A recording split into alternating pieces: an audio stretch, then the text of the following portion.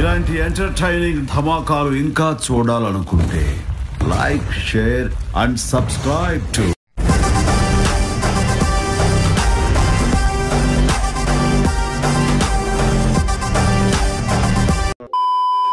తడబడి తాగేదానికి నీళ్లు అందటం లేదు. ఈరోజు ఎంతమంది వరదల్లో కొట్టుకుపోయారో. ఎంత బాధపడిపోతుందంటే చిన్న పిల్లకాయలు, పెద్దోళ్ళు, నీళ్లు లేవు, ఆక్సిజన్ లేదు, తినడానికి తిండి లేదు. విజయవాడ మొత్తం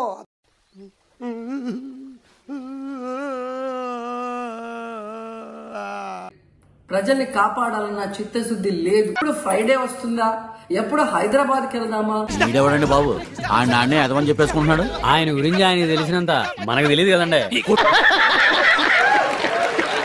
చంద్రబాబు నాయుడు గారి ఇంటికి 3 కిలోమీటర్ల దూరంలోనే ఇంత పెద్ద విపత్తు జరిగినా ఏ పులిహోర పట్లాలో ఆవిడ దగ్గర 3,000 కోట్ల రూపాయలు ప్రజల డబ్బులు ఈ రోజు అక్రమంగా సంపాదించిన డబ్బులు కదా దేనికి? ప్లస్ రాష్ట్ర మంత్రి లోకేష్ గారు విజయవాడ ప్రజల కష్టాలను చూసి గుండె తరుక్కుపోతుంది.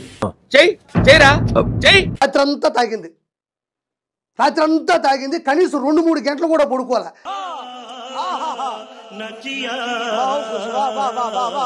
కానీ పరిస్థితుల్లో అందరూ కూడా బాధపడుతూ ఏడుస్తూ ఉన్నారు. ఈడ కూర్చుంది, రాత్రంతా తాగింది, అదే హ్యాంగ్ ఓవర్ మీద ముందర కూర్చుంది, కెమెరా పెట్టుకుంది.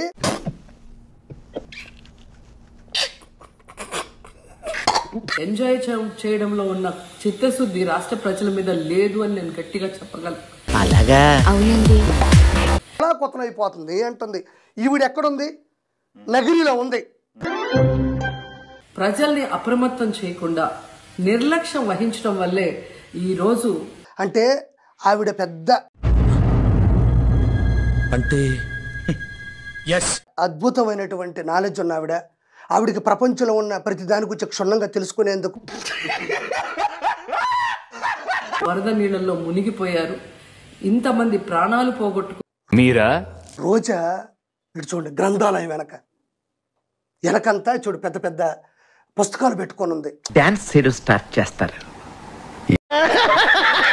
ఎంత అవస్థలు పడుతున్నారో మనం అందరం కూడా గమనిస్తున్నాం. మంచి ఇంటెలిజెంట్ పవర్ ఉంది అని చెప్పడానికి చూడు, వెనక చూడు, గబగబ 4 పుస్తకాలు పెట్టేసింది, ముందరొచ్చి కూర్చుంది. జస్ట్ ఇప్పుడే పెట్టాం సార్. ఈ వరదల బారిన పడి ఎంత నరకం అనుభవిస్తున్నారో వారి మాటలు వింటుంటేనే మనకు అర్థమవుతుంది. 4-5 రోజులు ప్రజలకి తిండి అందించడంలో ఈ ప్రభుత్వం విఫలమైంది. పాకులాడుతూ ఉంటుంది. ఆవిడ బాగా చదువుకుంటుంది, చదువుకున్న ఆవిడ ఇంటెలిజెంట్. ఒక్కడే ఇంటెలిజెంట్ సార్, ఈయన మాత్రం తీకండి. ప్రజల్ని కాపాడలేకపోయారు అంటే ఇది రాష్ట్ర ప్రభుత్వం, రాష్ట్ర ముఖ్యమంత్రి వైఫల్యం కాదని నేను అడుగుతున్నా. విజయవాడని ప్రజల్ని ముంచేశారు అనటంలో నిజం లేదా అని నేను అడుగుతున్నా. అడుక్కోండి.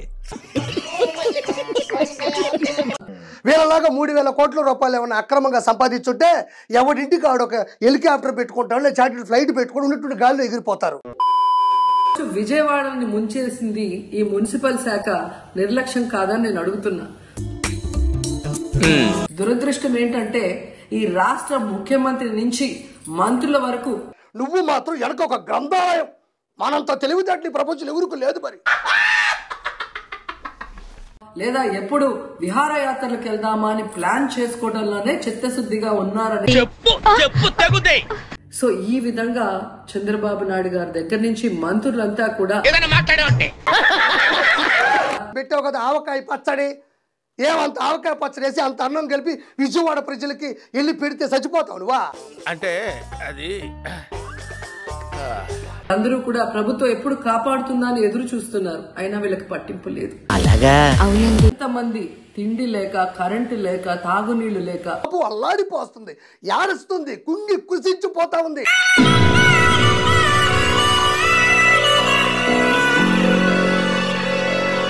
మరి ఆ ప్రజలకి పాలు, తిండి అన్ని అందించాల్సిన బాధ్యత ఉన్న ముఖ్యంగా మంత్రుల విహారయాత్రలు, హాలిడేస్.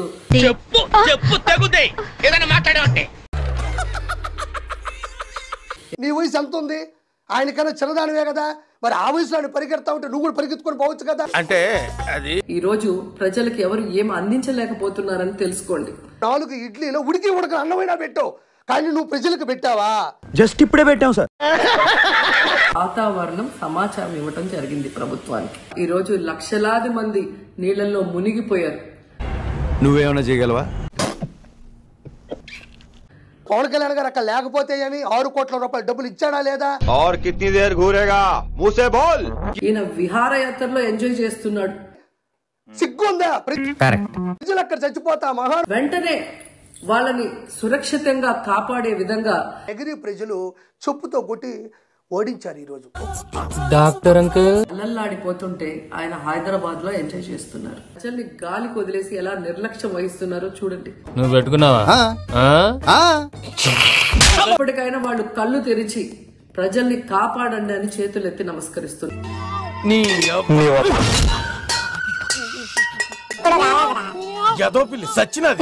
వెళ్ళండి, పని చేసుకోండి వెళ్ళి. కరెంటు లేకుండా, తిండి లేకుండా, చిన్న బిడ్డలకి పాలు లేకుండా ఏంటి సార్ ఫుల్ ఎదవా? మేము ఫుల్ గా రెడీ అయ్యి వచ్చాం. వీళ్ళు రాసనే కదా వాళ్ళకి తెలిసేది. వాళ్ళు ఎవరు సార్? Tongue slip. ఉపయోగించుకోండి. జగనన్న మీద కక్షతో ఆ వ్యవస్థల్ని నాశనం చేయడం వల్లే విజనున్న నాయకుడు, ప్రజల్ని ప్రేమించే నాయకుడని మరోసారి రుజువు చేసుకున్నారు. వినలేదే, చెప్పుకోవట్లేదేమో. ఇంకా లాక్కండి తెగుద్ది. నాకు అదే అనిపిస్తుంది. ఈరోజు జగనన్న ఏ విధంగా వాలంటీర్ వ్యవస్థ ద్వారా ఇది ఎప్పుడు పెట్టారు? ఈ 5 రోజులు మీరు చూస్తే మీకే అర్థమవుతుంది. అది ఈరోజు ఎంతమంది వరదల్లో కొట్టుకుపోయారు. చెప్పు. ప్రజల్ని కాపాడాలన్న చిత్తశుద్ధి లేదు. ఇప్పుడు ఫ్రైడే వస్తుందా, ఎప్పుడు హైదరాబాద్కి వెళ్దామా? ప్లస్ రాష్ట్ర మంత్రి లోకేష్ గారు విజయవాడ ప్రజల కష్టాలను చూసి గుండె తరుక్కుపోతుంది. కానీ పరిస్థితుల్లో అందరూ కూడా బాధపడుతూ ఏడుస్తూ ఉన్నారు. ఎందుకు? ఎంజాయ్ చేయడంలో ఉన్న చిత్తశుద్ధి రాష్ట్ర ప్రజల మీద లేదు అని నేను గట్టిగా చెప్పగలను. నీ ఎక్స్ప్లెనేషన్ నాకు అనవసరం. 4-5 రోజులు ప్రజలకి తిండి అందించడంలో ఈ ప్రభుత్వం విఫలమైంది. పాకులాడుతూ ఉంటుంది. ఆవిడ బాగా ఏదో తేడాగా ఉందేంటి? ప్రజల్ని కాపాడలేకపోయారు అంటే ఇది రాష్ట్ర ప్రభుత్వం, రాష్ట్ర ముఖ్యమంత్రి వైఫల్యం కాదని నేను అడుగుతున్నాను. అదేంటంటే అంత బీపీ వచ్చింది, పోతారేమని భయపడ్డాను. పోలేదని డిసప్పాయింట్ అయ్యావా? దురదృష్టం ఏంటంటే ఈ రాష్ట్ర ముఖ్యమంత్రి నుంచి మంత్రుల వరకు నువ్వు మాత్రం వెనక ఒక గ్రంథాలయం. మనంత తెలివితేటలు ప్రపంచంలో ఎవరికి లేదు. మరి